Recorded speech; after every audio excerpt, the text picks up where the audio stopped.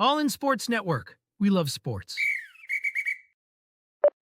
All in Sports Network. We love sports. Today is the day, Jake. We are giving our scouting report on the Colorado State Rams, and it is Friday, August 30th, 24 hours until game day, and the Texas Longhorns officially begin their season. Jake, we've got a full scouting report on Colorado State, and we're going to do some prop bets. We're going to be looking at lines. Basically, today's show, all 30 minutes, is going to be contributed to just this game, baby. And we are looking forward to it. It's going to be a great one. I'm Tanner Carlson. That is Jacob. And this is All in Horns on Rogue Media right here. And Jake, let's go ahead and dive in. What are some things that have jumped out to you? What are some things that might surprise some people? Who are the Colorado State Rams? Colorado State Rams are led by a former Texas assistant, actually, and Jay Norvell. It's his third year there. They were 3-9 his first year. Then they were 5-7 last year, and 5-7 with some close losses. So definitely we're close to being a bowl eligible type team. Obviously, that double overtime loss in Colorado is the one that most people are going to know about. And they have a Laredo, Texas native, and Braden Fowler Nicolosi. I hope I'm saying that right, who was a true freshman last year, kind of took over the job and was pretty effective. He's an effective passer. His big kind of thing that hurt him was interceptions. He had 22 touchdowns, 16 interceptions, 3,460 yards, only about 7.4 yards per attempt. And that's what you're going to kind of get from a big picture, just looking down at this Colorado State offense, what to expect from them. They're going to be an air raid offense, and they are going to look to get the ball out quickly, which ironically enough, I'm really excited to see how this matchup works out, because Texas last year, even against teams that were much lesser than Texas, they struggled sometimes against those teams who did those. Houston, for instance, the defense looked lost against that mesh type concept of quick passing that they were doing.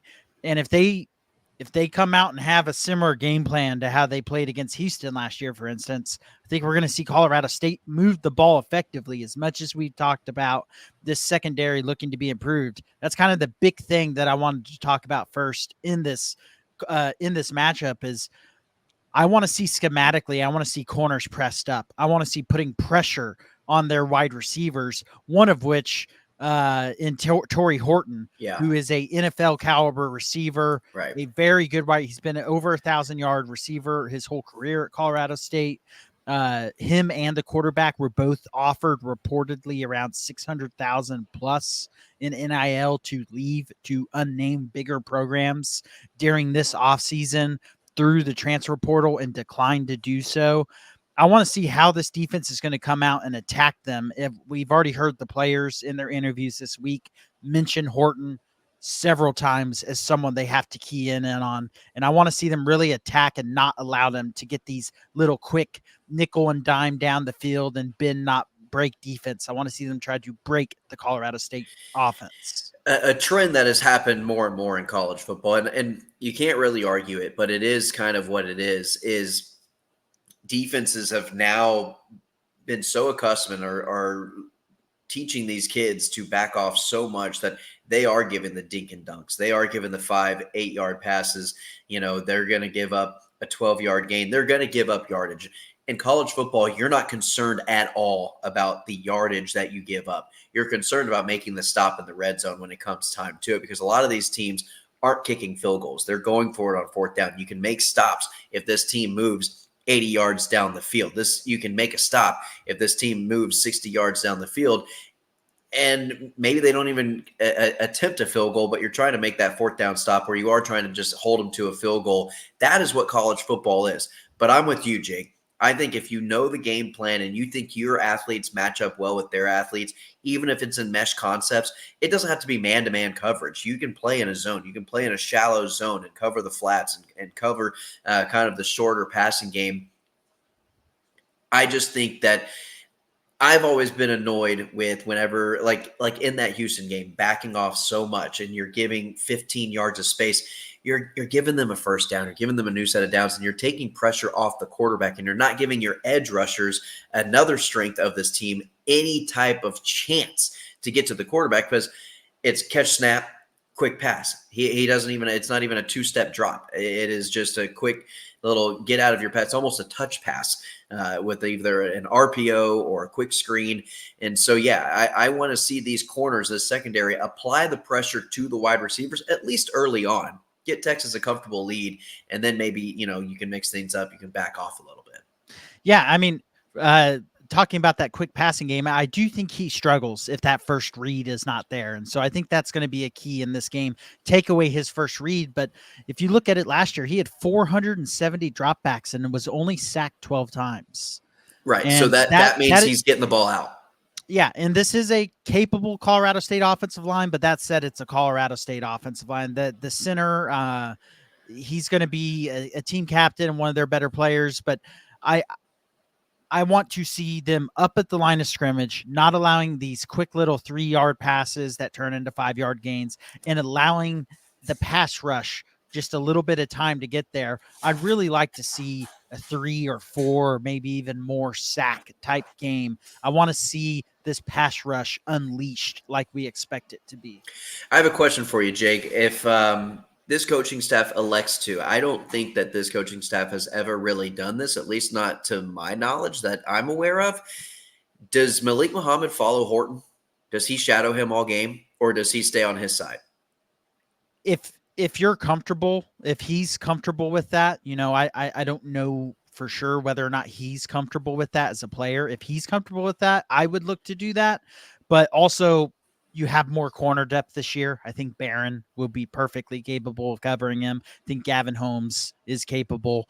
But I would like to see them maybe at least test it in this game. It'd be a great game to test it and see how Muhammad does with that and how the rest of the defense works around that, because there's going to be some games later in the season where you may want Muhammad to follow the best receiver. So I think it'd almost be more interesting to test it, because I think that's going to be kind of what we saw it against Rice last year.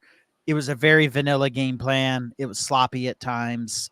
I wouldn't be surprised if this game is similar to that, in the fact that they're not going to show much, especially with Michigan coming up in week 2. And that almost concerns me a little bit, is to giving Colorado State life a little bit too long in this game.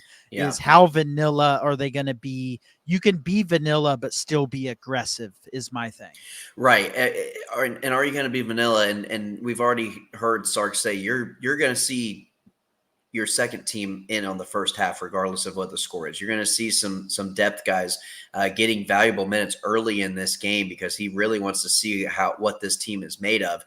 And I think you're doing those guys a disservice if you're not allowing them to play a game plan in which your system is supposed to be running at. Does that make sense? Yeah, no, I mean, I agree. And depth is ultimately, even if Texas is a little sloppy like they were against Rice, depth is where they will pull away in this game, and why I'm not really actually concerned about this game being close in the fourth quarter, because you have there on the ticker going down, you have the weather. It's going to be 92 degrees, which actually is not bad for Austin this time No, of it's year. not. It's not bad at all. But you're going to have around 70% humidity, and for Colorado State, that's going to be brutal, coming from Colorado Springs to going to this type of temperature.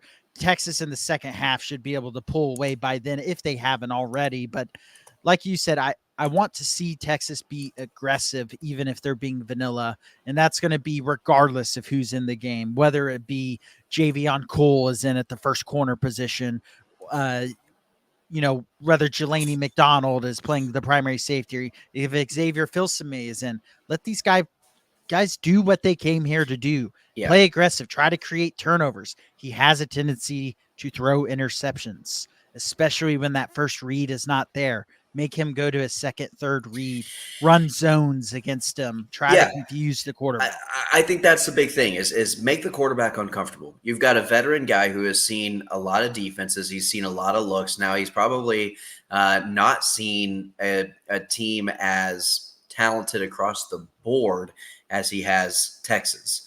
I'm not entirely sure what Colorado State's schedule looked like last year. I know he's gone up against the likes of Travis Hunter, and they gave Colorado a pretty good game. Colorado was a 4-win team last year, so I also don't know how incredibly talented across the board they were. Make him uncomfortable.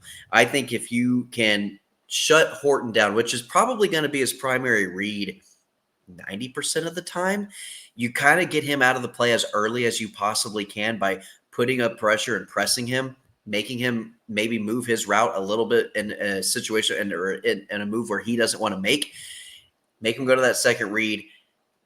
Hopefully you're starting to get some pressure from Trey Moore, Anthony Hill, and the guys there. That's whenever you can start creating some turnovers. Yeah, and kind of to dive a little bit further into this quick passing game. Last year, when Horton was targeted in between the hash marks on these quick short passes, they were 36 of 41 with 4 touchdowns and no interceptions. Wow. Yeah. And so that again is going to be the key. Do not allow them to do that up and down. You just cannot allow Colorado State to come into Austin and move the ball down the field with a dink and dunk type offense. And I think if they take away that dink and dunk, they're going to have no problem forcing turnovers, making Colorado State's life miserable. Against a team that does have some talented players. Also on Horton, another interesting stat was, we talked a lot, or we didn't talk about, but it was talked about a lot last year of, Blue clocking in at 23 miles per hour was the fastest rate of speed in a game recorded last year. Horton clocked in at 22 miles per hour last year in a game, which is pretty darn close. Yeah, he has some speed over there on the outside, and he'll play slot. They'll put him on the outside. They're going to line him up just about anywhere they possibly can. Heck, we might see him in the backfield a little bit. So I would expect Colorado State to kind of unleash their entire playbook, whereas Texas is probably trying to keep some things, close to the chest a little bit. And I think that always allows your team susceptible to some big plays if you're going to be giving up some trick plays and some things like that, where Horton and this Colorado State team, they're going to be throwing anything and everything they've got to just throw off Texas a little bit. Horton was 2-3 passing last year. Hey, there you go. So it's not uncommon. It's not something that they haven't done before. I think it was like 75 yards between those two completions. I would be shocked if they do not run a double pass in this game. Yeah. And I want to see how Texas defends that, because if I myself am going in and seeing that was done last year, the coaching staff has to be aware of that. So how are the players going to remember to be ready for that type of play during the game? Or is that going to be a random touchdown that Colorado State does off a double pass? Right. Yeah. Now, Jake, let's go ahead and let's flip things over to the other side of the football field. I think this is going to be where Texas's bread and butter is probably not nearly as intimidated in terms of having a guy like Horton and having a quarterback like Colorado State has with Braden Fowler and Nicolosi. What does Colorado State's defense offer that Texas maybe might run into a little bit of an issue with? The safeties.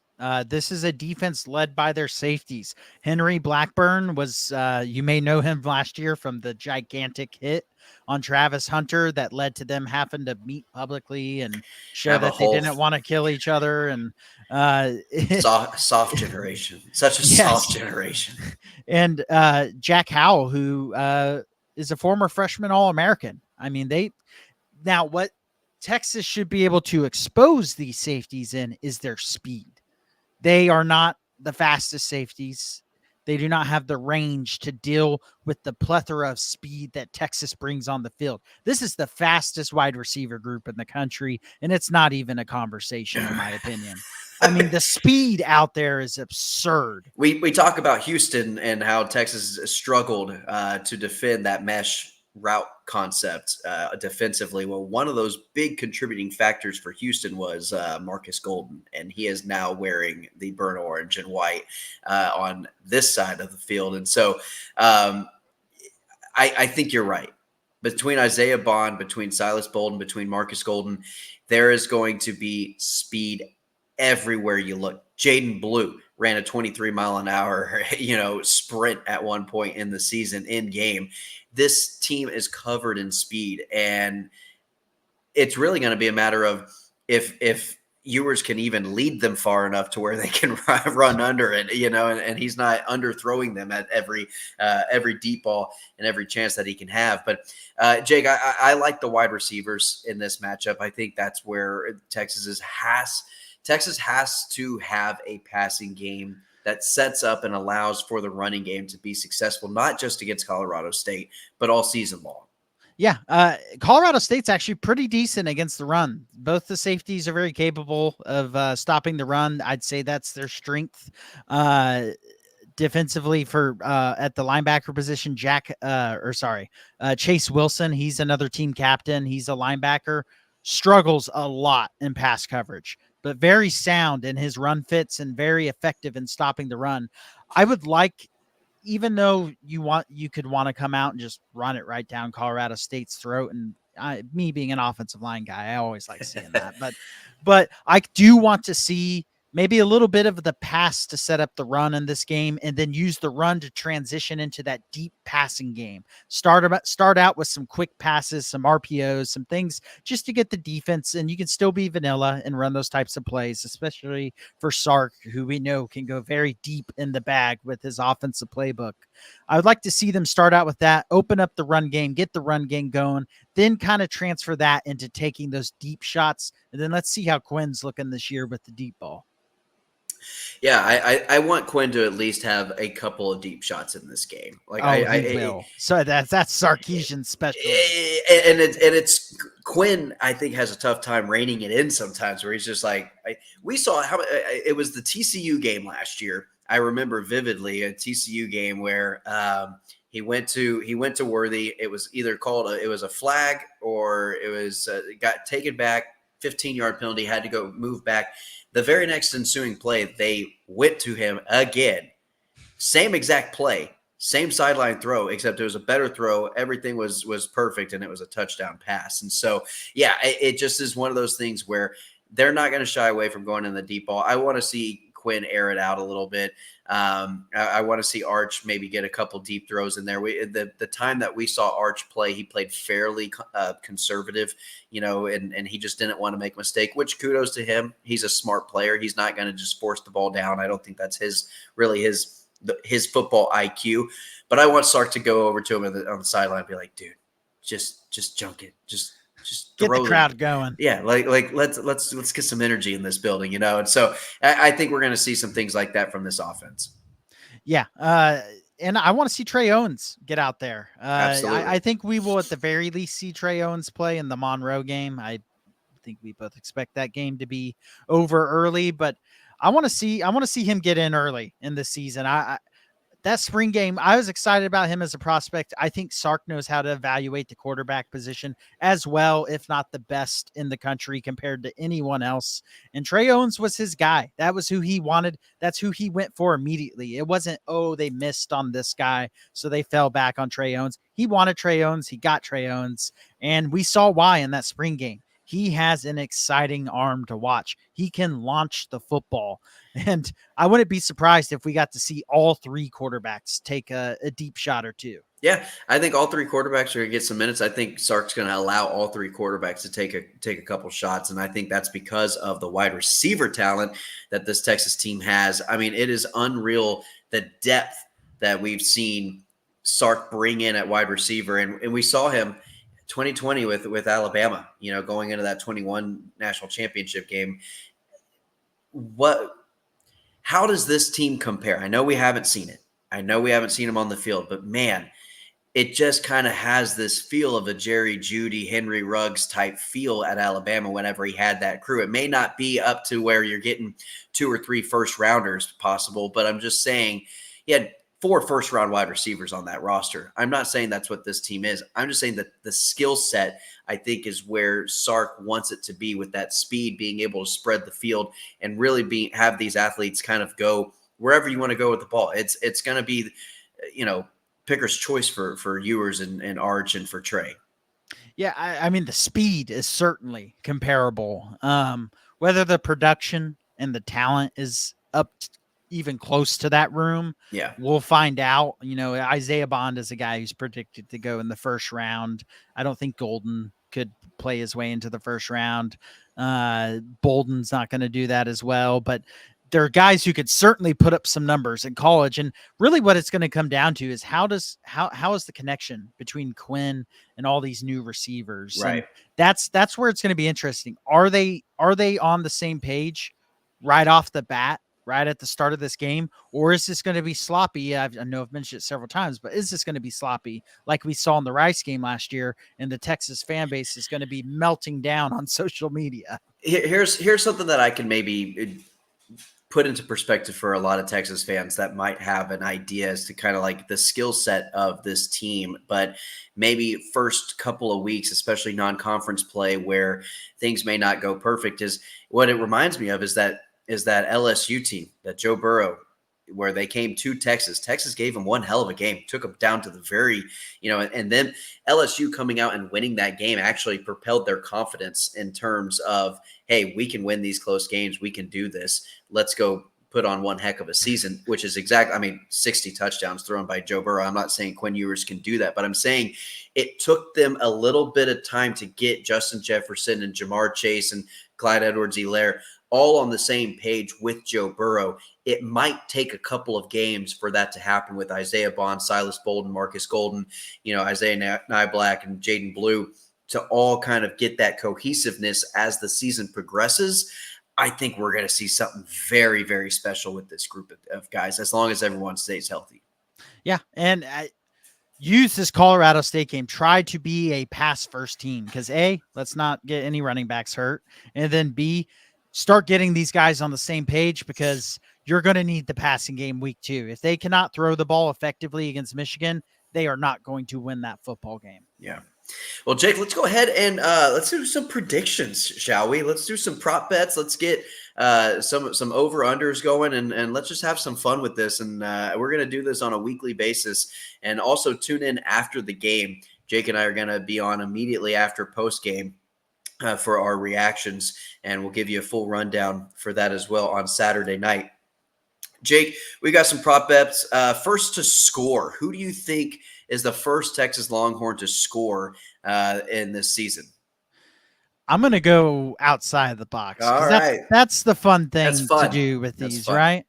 Give me Quinn Ewers on a scramble. Ooh, He's like going to it. get about a 15-yard touchdown run, and that's going to be the first score of the season. I think Quinn's going to be very, very conservative in terms of running the football. I don't know if we're going to see him really, I don't think we're going to see what were we calling him last year? Vince Ewers or Vincent or Quinsett. Quinson. Yeah. I don't think we're going to see that version of him. I know we all know he's capable of doing it. I'm going to go Trey Wisner. I think we're going to drive down the field. I think Jaden Blue is going to have a big impact, and I think Trey Wisner is going to actually come in. First drive of the game, opening drive, is going to be a Trey Wisner touchdown. I think it's just going to maybe be a little 3-yard, 4-yard little touchdown run on the goal line. I could definitely see that. All right, Jake, over under 100 rushing yards for Jaden Blue. This one's tough because is he going to play enough? Is he going to get enough handoffs? I'm going to say yes because I think it might only take a couple runs, Jake. That is why I'm going to say yes. I think we're going to see an explosive, maybe 40, 50 plus yard run from him, whether that be a touchdown or not. And then I think he'll be able to make up the rest of the yards over some carries. Colorado State, fairly effective run defense, but we talked about this the other day. I want to see this offensive line generate some explosive run plays and a consistent run game, and I think they're going to be able to do that. All right, Jake, and yeah, I'm actually gonna go under, just to play devil's advocate. I think I'm gonna take the other side of, yeah, he might have maybe 8 carries this game, and he's gonna have 50, 60 yards, which I still think is a very good average to have.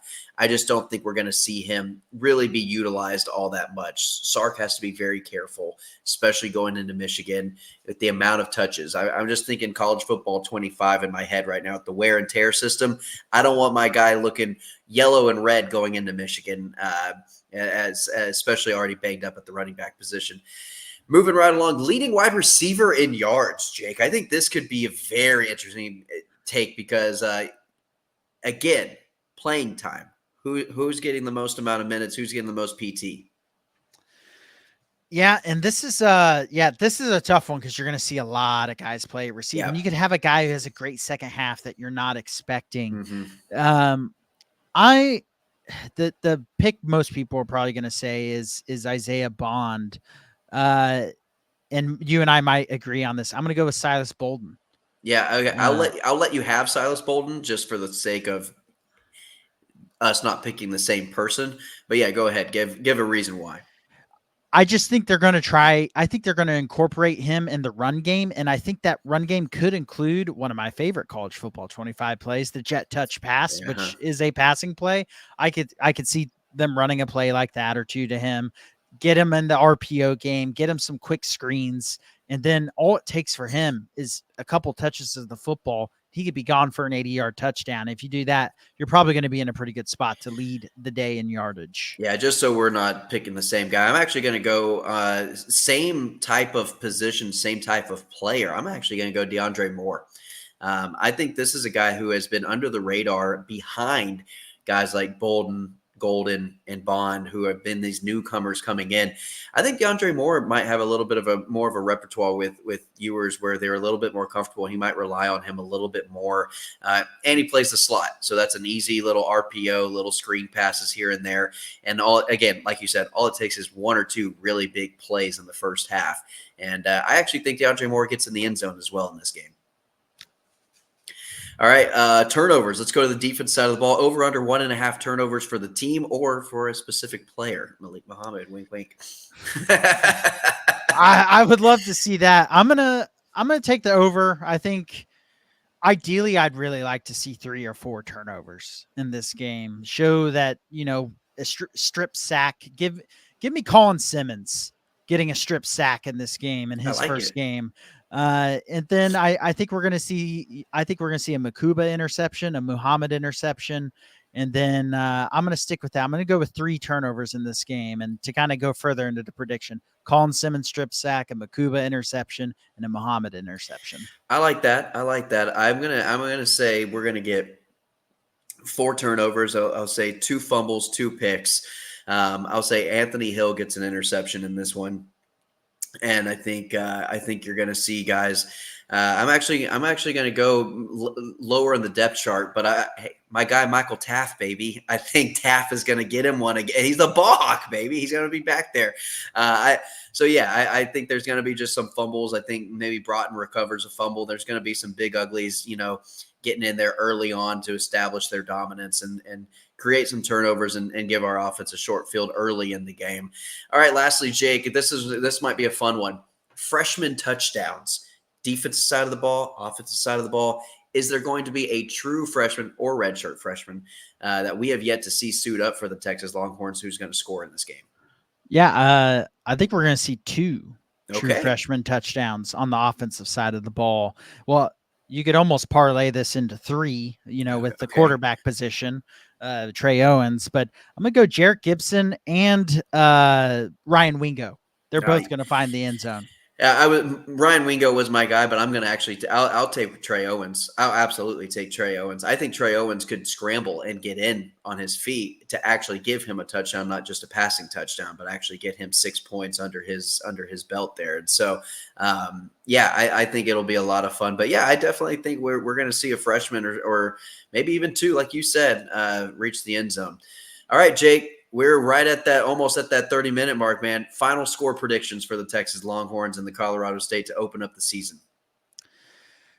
I think we're going to see a very vanilla game plan. I think that's going to lead to a little bit of a lower scoring, sloppy first half. I think Texas ends up coming out winning this.